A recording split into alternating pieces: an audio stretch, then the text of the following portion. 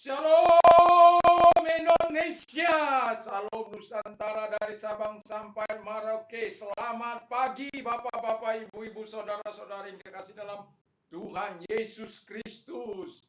Sahabat-sahabat, handai tolan, juga seluruh pemirsa, senang bertemu, menyapa Anda melalui layar Android. Doa dan harapan saya, kekuatan Tuhan, urapan Allah, penyertaan Tuhan menyertai kita semuanya, supaya kekuatan Tuhan, urapan Allah senantiasa menyertai. Kemarin saya tidak bisa tayang karena ketika saya sedang persiapan, tiba-tiba istri saya sakit. Jadi tidak jadi. Puji nama Tuhan, tapi sudah sembuh. Saya suruh bawa ke dokter dan tidak mau, dia hanya minta ditumpang tangan. Jadi dia tumpang tangan. Ya, saya sudah bilang sama, bawa dia ke dokter sudah. Tidak, dia hanya minta ditumpang tangan dan Tuhan menyatakan kebaikan. Puji nama Tuhan. Pada saat pagi hari ini saya akan membawakan di dalam Lukas 9 ayat 22. Demikian bunyi firman Allah.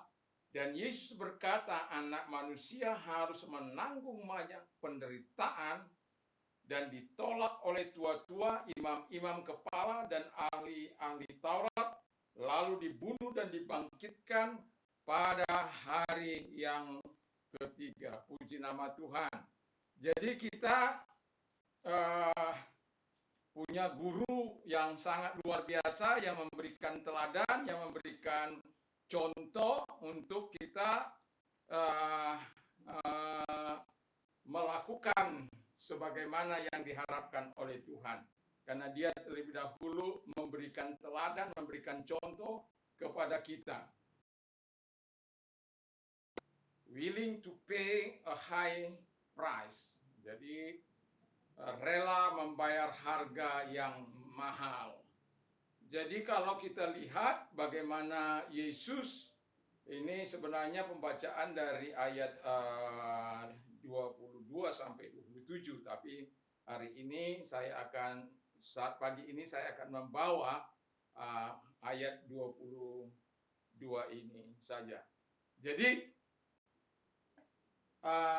saya kalau ngajar bahasa Inggris biasanya kalau sudah karena saya di SMK, namanya murid SMK itu biasanya harus lebih bisa dari yang lain, biasanya begitu. Jadi kalau saya mengajar bahasa Inggris atau bahasa Jepang, mereka harus mengikuti apa yang saya ucapkan. Jadi saya duluan, baru mereka mendengar, lalu setelah mereka mendengar beberapa kali, lalu mereka mencoba, dan kemudian setelah itu mereka ngomong, dan kemudian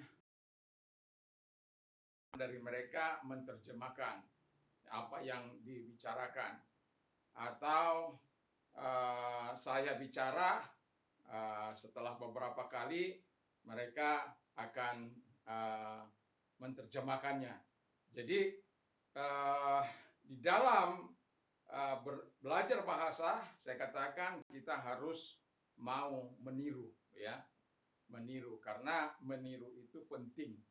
Jadi setelah kita meniru dan kita terus praktekkan dalam hidup kita, karena tidak ada jalan untuk kita bisa berbahasa apapun kalau kita tidak belajar untuk meniru dan mempraktekkannya terus-menerus. Praktekkan dengan teman-teman, praktekkan dengan guru, praktekkan dengan yang lain. Jadi demikian juga guru agung kita dalam mengajar kebenaran firman Allah. Dia tidak hanya berkata-kata, tapi dia memang betul-betul mengalami, sehingga nanti di pasal yang kedua ayat 23 itu kita akan lihat bagaimana orang-orang yang mau mengikut Yesus, dia harus menyangkal dirinya, memikul salibnya dan mengikut Yesus. Dan sebelum itu dia berkata bahwa dia berterus terang kepada murid-muridnya bagaimana keadaannya ke depan. Bagaimana situasinya ke depan. Dia tidak sedang menjanjikan sesuatu yang bagi orang yang sangat menarik. Ini sesuatu yang sebenarnya tidak menarik. Karena dia memberitahukan situasi, kondisi, keadaannya pada saat yang akan datang.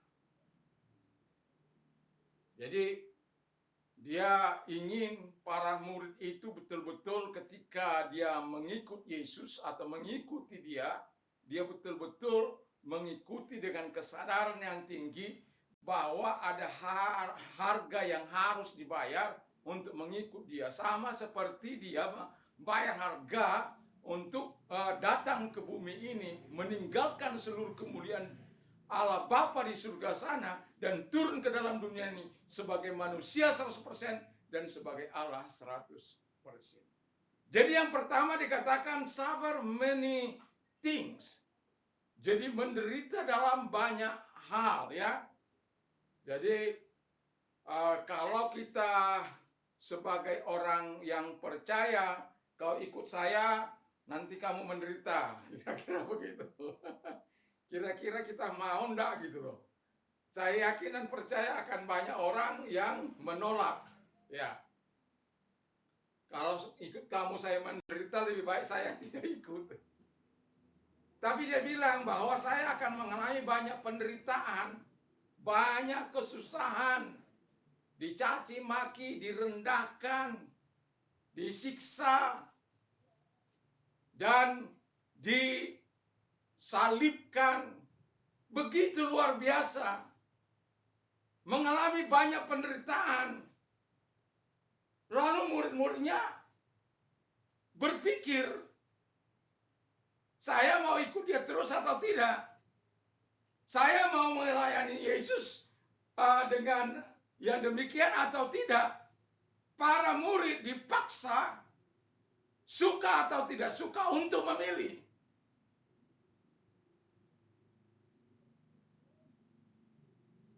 Tapi karena Yesus di dalam situasi yang seperti itu, dia tidak hanya ngomong. Banyak orang, guru-guru sekarang ini, kamu ya bunuh diri ya. Tapi dia nggak pernah mau menderita dulu. Nggak mau bunuh diri duluan. Bawa bom ini ya. Nanti kau bom di sana. Tapi dia nggak pernah memberikan contoh dulu. Kalau guru kita yang agung itu, dia memang memberikan teladan. Dibawa murid-muridnya untuk menyaksikan bagaimana dia menyembuhkan orang buta, bagaimana dia membuat orang bisu berkata-kata, lumpuh berjalan, yang mati bangkit. Lalu kemudian setelah beberapa waktu, kemudian diutus mereka untuk menyampaikan kabar rahmat itu. Walaupun kadang-kala mereka gagal. Karena kita karena kedegilan hati. Jadi Yesus menceritakan hal yang sangat luar biasa. Dia rela membayar hidupnya dalam penderitaan. Makanya kalau mengikut Yesus itu bukan karena diiming-imingi Indomie, diiming-imingi pakaian bekas, bukan itu. Bukan, intinya bukan di situ. Tapi bagaimana kita mengalami perjumpaan dengan Tuhan, bagaimana kita mengalami perubahan kehidupan ini, kita tidak diperbolehkan untuk hidup munafik. Anda bayangkan saja orang-orang yang di brainwash itu menjadi pengantin untuk ngebom itu. Yang membrainwash itu aja tidak berani memberikan teladan bagaimana ngebom duluan. Kalau saya muridnya itu bilang, coba Pak Guru duluan, bagaimana?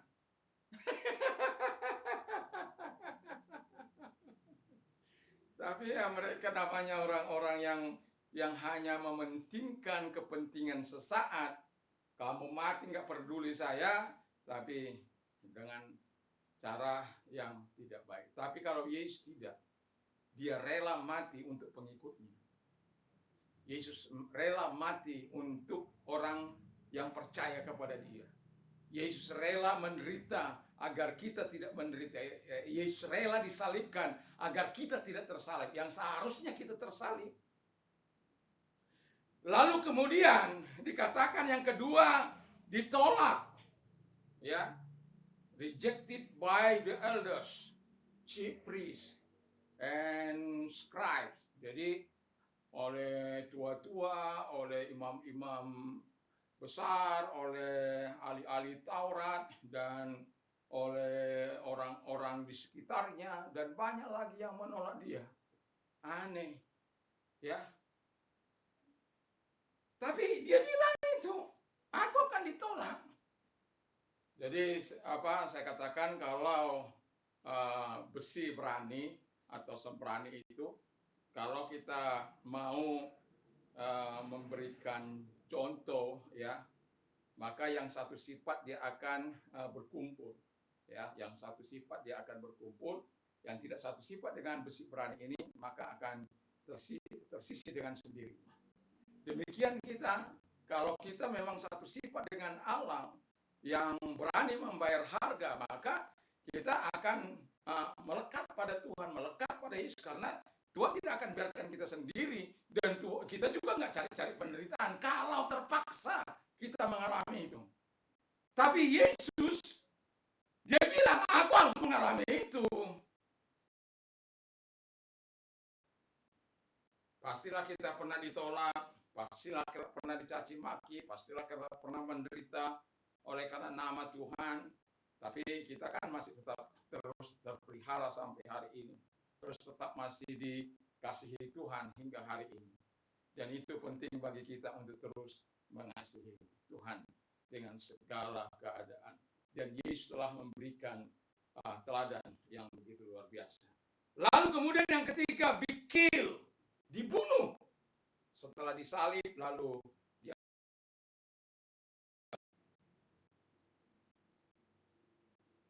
dia mati dalam keadaannya sebagai manusia. Bukan dia mati, kalau dia Tuhan masa dia mati. Kan banyak kali pertanyaan seperti itu. Masa Tuhan mau disalib gitu ya? Ya. Masa Tuhan yang maha kuasa nggak bisa membela dirinya? Bukan nggak bisa. Dia adalah Tuhan, tapi dalam kemanusiaannya dia harus melaksanakan sebagaimana yang sudah untuk menjadi tebusan bagi banyak orang. Itu sebabnya dia harus mati di kayu salib. Firman Allah harus digenapi.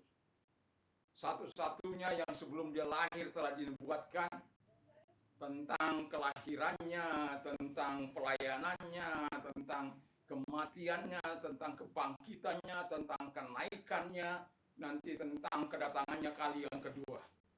Kalau pasal 14 itu kan ayat yang kedua dikatakan, aku pergi untuk menyediakan tempat bagimu, tapi aku akan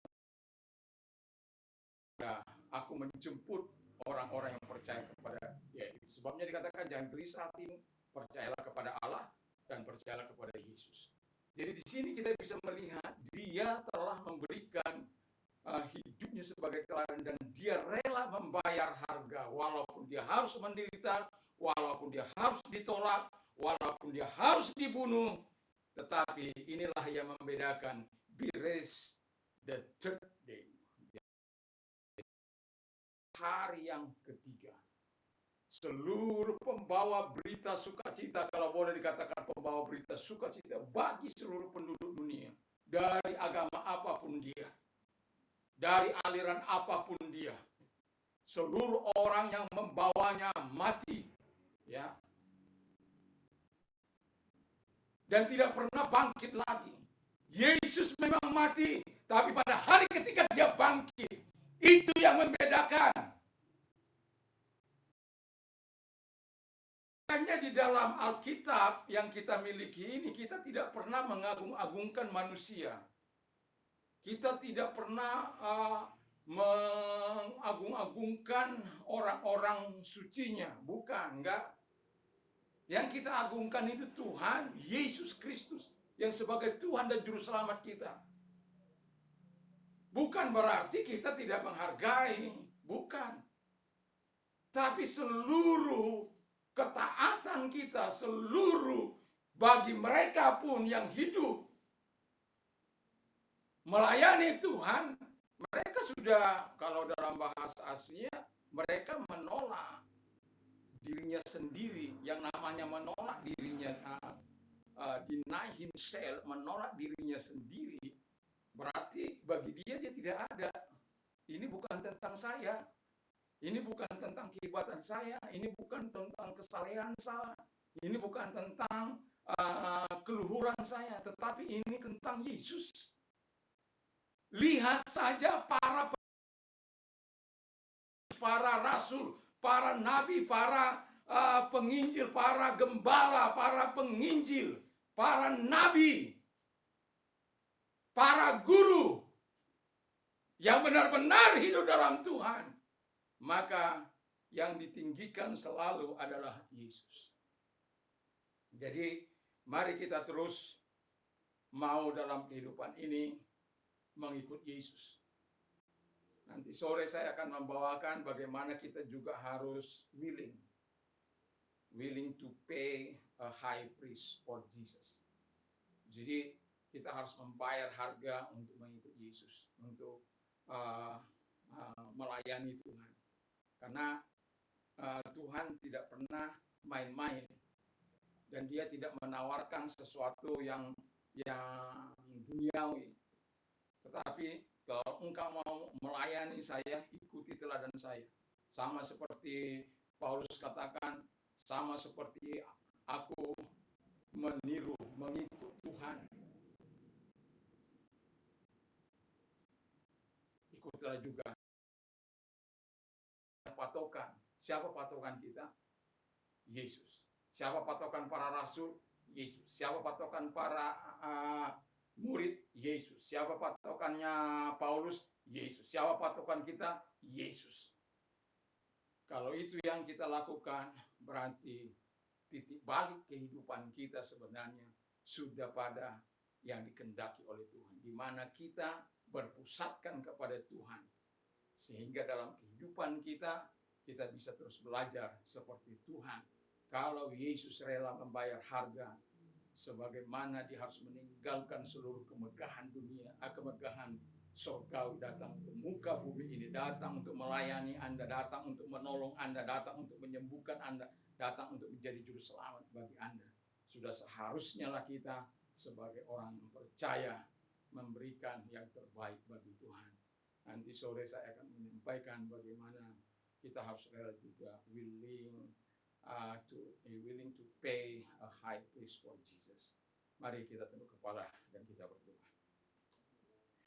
Terima kasih Tuhan, berkati firman-Mu, berkati kami semuanya di dalam nama Tuhan Yesus Kristus. Berkati pemimpin bangsa kami, presiden, wakil presiden, supaya Tuhan memberikan hikmah, akal budi kepada mereka dalam menjalankan roda pemerintahan. Juga Tuhan, kami berdoa agar Engkau Allah menyatakan juga kebaikan kepada para menteri, para pejabat, para gubernur, para bupati, wali kota, camat, lurah, RT, semuanya diberkati oleh Engkau. Juga memberkati para aparat, Tuhan memberkati para stakeholder bangsa ini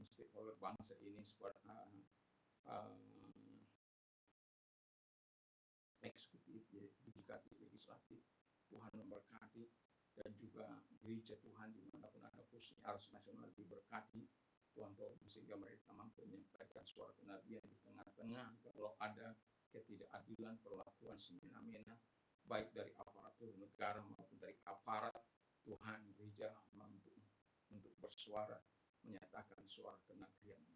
Terima kasih Bapa di surga, dan kami juga menyatakan segala kebaikan-Mu bagi gereja Tuhan dimanapun ada. Tuhan memberkati, dan gereja Pantai Kosta dimanapun ada, Tuhan memberkati para sahabat-sahabat kami di ngarai, di lembah, di gunung, di hutan, dimanapun mereka melayani Tuhan, di pedalaman, di kota. Tuhan memberkati, Tuhan menolong, dan seluruh anak bangsa dari Sabang sampai Merauke, dari Minang sampai Pulau diberkati oleh Tuhan. Dan kami juga berdoa bagi orang-orang sakit, Tuhan Tuhan, nyatakan kebaikan bagi mereka. Kalau engkau sakit, tumpahkan doa dalam nama Tuhan Yesus Kristus, mari kau tumpahkan tangan atas mereka, karena kami punya Tuhan Yesus yang hebat, dahsyat, dan luar biasa, yang tidak mengenal ruang, waktu, maupun jarak. Saat ini kami berdoa, Tuhan mampu menjamah mereka di mana saja mereka yang percaya terhadap Engkau. Dan sebabnya segala sakit penyakit yang perintahkan keluar, dan oleh bidu-bidu daripada Tuhan Yesus Engkau sembuh oleh kuasa Yesus Kristus. Apapun sakit penyakit dan kelemahan. Dan kami juga berdoa bagi mereka yang terdampak mereka, sehingga mereka melakukan yang terbaik dalam kehidupan mereka, menolong mereka untuk terus menyatakan seluruh kebaikan-Mu, perhatian kepada mereka. Terima kasih buat sayang kepada mereka Tuhan, sehingga mereka yang terdampak mengalami pertolongan Tuhan, mereka dipulihkan oleh Tuhan, mereka tetap memberi yang terbaik bagi Tuhan. Mereka tidak melakukan jalan-jalan pintas untuk melakukan apa yang jahat di mata Tuhan, tetapi mereka berharap sepenuhnya kepada Tuhan pada pertolongan Allah. Dan kami Tuhan, Kau akan tolong. Dan bagi engkau yang mau mengalami transformasi, taruh tanganmu di dada dalam nama Tuhan Yesus. Tuhan, melihat mereka yang meminta transformasi dalam kehidupan mereka, datanglah kepada mereka, sama seperti engkau berjumpa dengan Saulus, berjumpalah dengan mereka, sehingga mereka mengalami kelahiran baru dalam engkau, dan mereka diubahkan, dan engkau memakai mereka sebagai alatmu, sebagai saksimu, dan mereka tidak lagi malu untuk menyaksikan kemurahan dan pertolongan Tuhan yang sudah engkau lakukan dalam kehidupan mereka. Terima kasih Bapa, mereka tidak lagi melakukan apa yang jahat di mata Tuhan, tapi melainkan apa yang Kau senangi, karena dalam hidup mereka urapan-Mu senantiasa menyertai mereka. Dan bagi engkau yang mau menerima Yesus sebagai Tuhan dan Juru Selamat, dan kalau engkau orangnya, taruh tanganmu di dada, mari kita berdoa dan ikuti doa saya. Tuhan Yesus, saya sadar saya orang berdosa, saya butuh Tuhan, saya mengaku segala dosa dan kelemahanku di hadapan Tuhan. Ampunilah segala dosa dan kelemahan yang aku pernah lakukan di hadapan manusia dan di hadapan sesama, dan sucikan hamba-Mu dengan kuasa darah-Mu. Dan saat ini aku buka hatiku, masuklah dalam hatiku, dan menjadi Tuhan, menjadi Raja dalam kehidupanku. Terima kasih Tuhan, saat ini aku percaya sudah menerima hidup kekal dan menjadi warga negara surga. Di dalam nama Yesus kami bersyukur dan kami berdoa. Haleluya. Dan kami juga mau berdoa Tuhan bagi mereka orang-orang muda, sehingga orang-orang muda bukan orang-orang muda yang suka tawuran, yang suka membentuk geng-geng untuk melakukan intimidasi kepada orang-orang, dan tetapi mereka adalah orang-orang yang betul-betul yang takut akan Tuhan, yang mengasihi sesama, yang menghormati, menghargai sesama manusia, tidak peduli apapun latar belakang kehidupan mereka. Mereka adalah orang-orang yang menjunjung tinggi nilai-nilai kemanusiaan.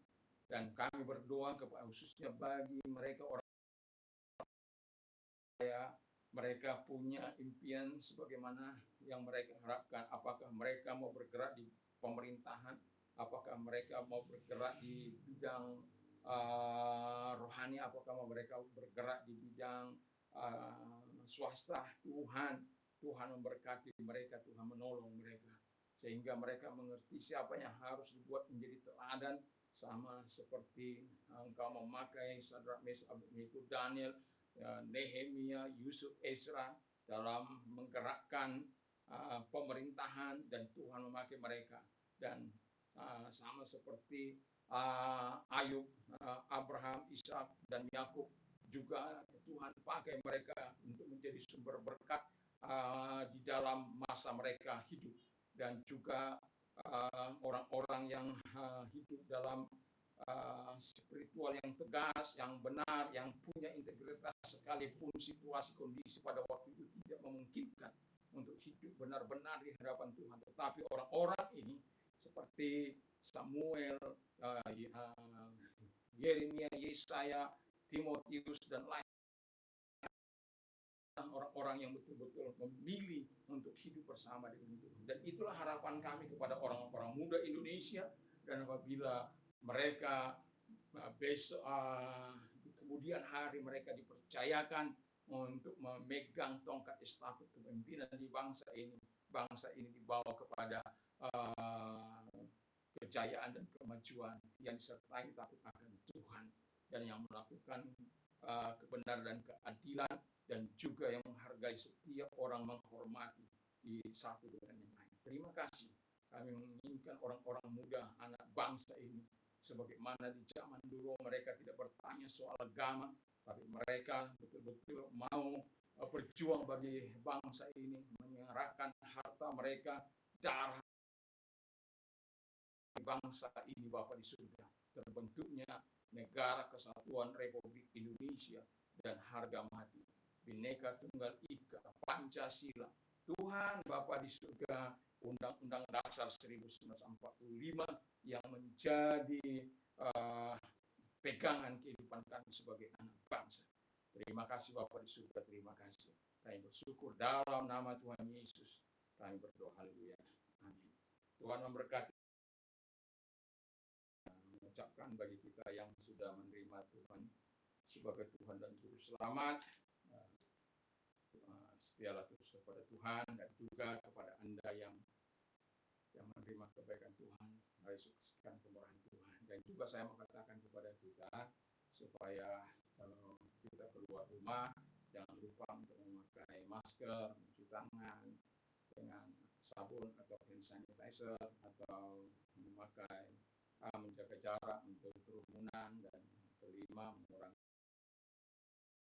Kalau pentingnya berdoalah, berdoa untuk dirimu, berdoa untuk keluargamu, berdoa untuk lingkungan, berdoa untuk masyarakat, berdoa untuk bangsa dan negara ini. Dengan satu harapan kita, pandemi ini boleh berlalu, kita boleh beraktivitas sebagaimana sedia kala sebelum COVID terjadi. Tuhan Yesus memberkati. Damai sejahtera Allah yang melampaui segala akal akan memberi hati dan pikiran dalam Kristus. Allah akan mencukupi segala kebutuhan menurut kekayaan dan kemuliaan dalam Kristus Yesus. Apa saja yang orang lain yang kepada mereka, haleluya. Iman timbul dari pendengaran firman Kristus. Berbahagialah orang yang mendengar, menyimpan dan melakukan firman Allah dalam hidupnya. Menangislah dengan orang yang menangis, tertawalah dengan orang yang tertawa. Apa saja yang kamu doakan, percayalah engkau sudah menerimanya. Dan tidak kalah pentingnya, saya berdoa supaya setiap kita dapat segala perkara bertanggung, Dia memberikan kekuatan kepada kita. Puji nama Tuhan. Bagi engkau pengedar narkoba, pengguna narkoba, bertobatlah. Yesus sangat menyayangi. Yesus tidak suka, tapi Dia sangat sayang engkau, sangat mengasihi engkau, supaya engkau berbalik kepada Dia. Dan saya mau katakan, kalau engkau bertahan di situ, itu bisa merusak generasimu, merusak dirimu sendiri, merusak bahkan bangsa dan negara ini. Sadarlah dan bertobatlah. Yesus menantikan engkau. Katakan tidak terhadap narkoba, ya terhadap kebenaran, ya terhadap Roh Kudus, ya terhadap kebenaran. Tuhan Yesus memberkati. Shalom Indonesia, Shalom Nusantara, haleluya.